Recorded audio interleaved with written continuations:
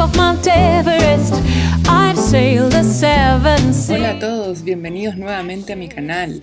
El día de hoy les voy a mostrar cómo realicé este vestido vintage inspirado en los años 50 a partir de un molde prehecho. Partiremos por abrir la gran hoja que contiene los moldes ya dibujados. Esta hoja tiene escritos los nombres de cada molde. A continuación vamos a cortar los moldes uno a uno, sin miedo porque estos moldes generalmente vienen en una hoja más gruesa que lo que uno comúnmente utiliza al realizar moldes, que suele ser hojas de papel diamante o mantequilla, como les llamamos acá. Lo que hice a continuación fue marcar la cintura de los moldes, porque estos vestidos vintage generalmente el corte lo tenían a esa altura. Y para pillar, dónde está la cintura es básicamente la parte más angosta de todos los moldes. En este caso, esta empresa realizaba moldes agregando los centímetros de costura a los lados. Eso hay que tenerlo bien en cuenta para después no agregar centímetros de más. A pesar de ser una talla S, este molde tenía la cintura mucho más ancha de lo que corresponde a una talla S. La cintura suele ser una de las medidas críticas a la hora de utilizar moldes prehechos. Siempre corrobora esto midiendo el ancho total de todos los moldes. Lo que se ve aquí es cómo yo marco los centímetros de costura que van a cada lado de los moldes para no adicionar esos centímetros a la medida. Lo que ven aquí son todos los moldes ya cortados utilizando una tela cualquiera que tenía. Y este paso es súper importante porque lo que vamos a hacer es coser un preview, por decirlo así, de la prenda final. No se salten este paso, por favor. ¿Por qué? Porque miren, van a notar todos los errores posibles que podrían tener este molde en relación a sus medidas requeridas, ¿ven? Tal como yo les mencionaba, este molde tiene un exceso de centímetros en la cintura sobre todo. Eso lo rectificas en la prenda final. Ya teniendo bastante clara la película, puedes comenzar a cortar los moldes con la tela final. Yo aquí escogí una hermosa tela cuadrillé que la encontré muy adecuada y vamos a poner atención en cortar tela solo hasta la cintura, agregando 1 centímetro bajo su línea obviamente, pero no más allá. Este centímetro corresponde al de costura. Un pro tip que les puedo dar es que si ustedes son principiantes en esto de la costura, traten siempre de comprar telas de cuadrillé, con cuadros, con puntos, cosas que tengan líneas o que puedan generar líneas visualmente, por decirlo así. Esto les va a hacer mucho más fácil el tema del cálculo de los moldes, para los calces, etc. Lo que vemos en pantalla son todos los moldes ya cortados con la tela definitiva, incluyendo lo que se llaman los bebederos, que son estas piezas que van en la parte interior del vestido. Y miren, si se fijan acá, al dar vuelta a los moldes, vemos que hemos agregado el centímetro más, pero cortando a la línea de la cintura, 1 centímetro de forma vertical. Estamos listos para seguir. Lo que vemos aquí es un paso más allá, porque yo no me podía conformar solo con bebederos para la parte interior, así que quise hacer el forro completo.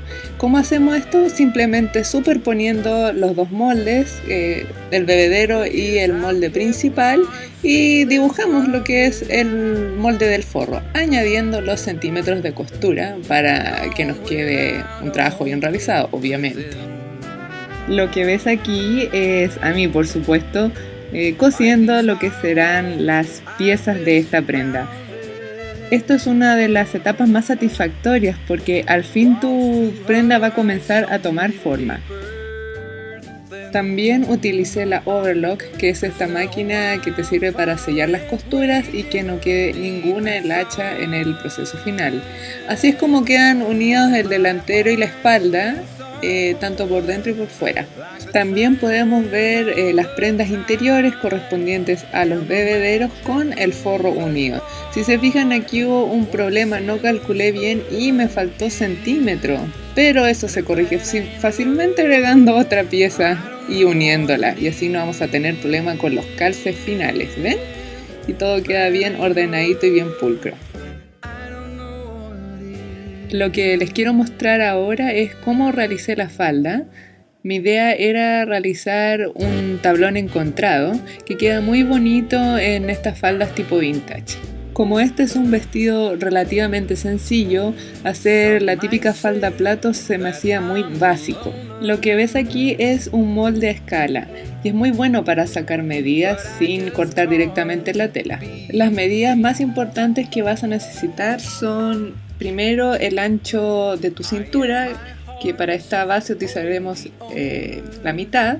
Vas a necesitar saber también el ancho de cada tablón y además necesitas saber cuánto es el ancho de cada pieza, tanto del delantero como de la espalda. Cuánta tela vas a necesitar en definitiva para hacer estos tablones. Al sacar los ganchos te das cuenta que en realidad eran 30 centímetros los que se ocupan para hacer el total de esta media cintura, por decirlo así. Utiliza la regla de 3 para sacar tus cálculos. En este caso, si la mitad de la cintura eran 10 centímetros, yo iba a necesitar un total de tela de 30 centímetros. En mi caso, 37 centímetros es la mitad de mi cintura. Entonces, ¿cuánto es el total que tengo que utilizar? A mí me salió, haciendo esta regla de 10, 111 centímetros, más 2,5 de lado. Para sacar la medida de cada tablón es tan simple como hacer el cálculo de que si el ancho total es de 111 centímetros y necesito que quepan 30 tablones, simplemente dividir 111 y divido 30. Y a mí me salió que cada tablón debería ser de 3,7. Estos 3,7 lo vas a ir marcando a lo ancho de la tela y dejando 2,5 a cada lado. El alto total de mi falda es de 64 centímetros porque yo quería que quedara bajo la rodilla, tal como las antiguas faldas de aquellos años. Lo que estás viendo es como yo paso la overlock por lo que sería las telas del ruedo de la falda para no tener problemas con las hilachas y hacer el doblez de la basta posteriormente. Y luego de esto vamos a unir el delantero y la espalda a las piezas ya unidas de la falda, ¿ven? Aquí lo paso directamente con las agujas, no pasa nada, generalmente la máquina anda muy bien, nunca he tenido problemas, nunca se me ha quebrado una aguja. ¡Milagro!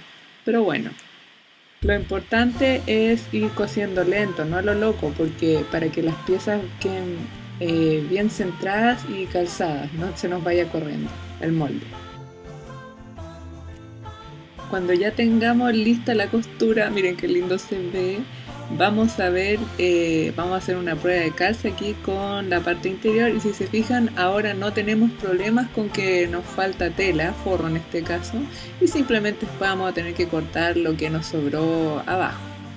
Para hacer lo que es la falda del forro, yo simplemente corté 2 rectángulos muy anchos. Creo que en total las dos piezas debían sumar como 1,80 m más o menos. Esto porque el forro lo voy a hacer recogido, cosa de que pueda tener un poquito de volumen sin necesariamente tener que usar un falso o un petticoat como lo llaman en otros países.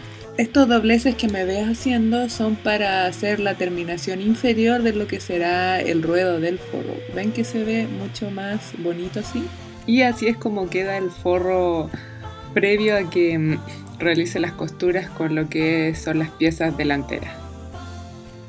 Para unir tanto la parte interna como la externa utilicé una técnica nueva para mí. Les voy a dejar el link en la cajita de descripción para que puedan utilizarla también.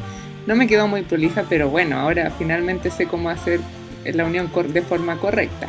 Y miren estos hermosos botones estilo vintage que encontré, los ocuparé para dar un detalle. Lo que faltaría entonces es poner el cierre. Lo primero que hay que hacer es unir ambas piezas con sus dobleces respectivos. Este es el cierre, es un cierre invisible. Y previo a coser hay que planchar bien las piezas, cosa de que después no nos cueste unir el cierre. ¿Cómo se cose el cierre? Una parte con máquina, ocupando la pieza especial, y lo que es el forro a mano, ¿ya? Muy importante. Si cosieran las dos piezas juntas utilizando la máquina especial, claro, por el lado de afuera se vería muy bonito, pero por dentro se notaría el hilo de la costura que ocupaste por fuera, y eso no es una bonita terminación, así que mejor darse la lata y coser a mano. Lo último que nos queda es coser los botones. En este caso a mí se me ocurrió hacer dos filas con 3 botones cada una y se marcan con un lápiz que después puedas lavar. En este caso yo ocupo acuarelas. No olvides que los botones debes coserlos uno a uno, solamente tomando lo que es la parte delantera del vestido, no coser incluyendo el forro, porque si no, al dar vuelta del vestido se va a ver muy fea la costura de los botones en otro color. Siendo ese el último paso, les muestro cómo queda el vestido final. Espero que se hayan divertido viendo este tutorial y nos vemos en el próximo capítulo. ¡Adiós! Well, what do you know?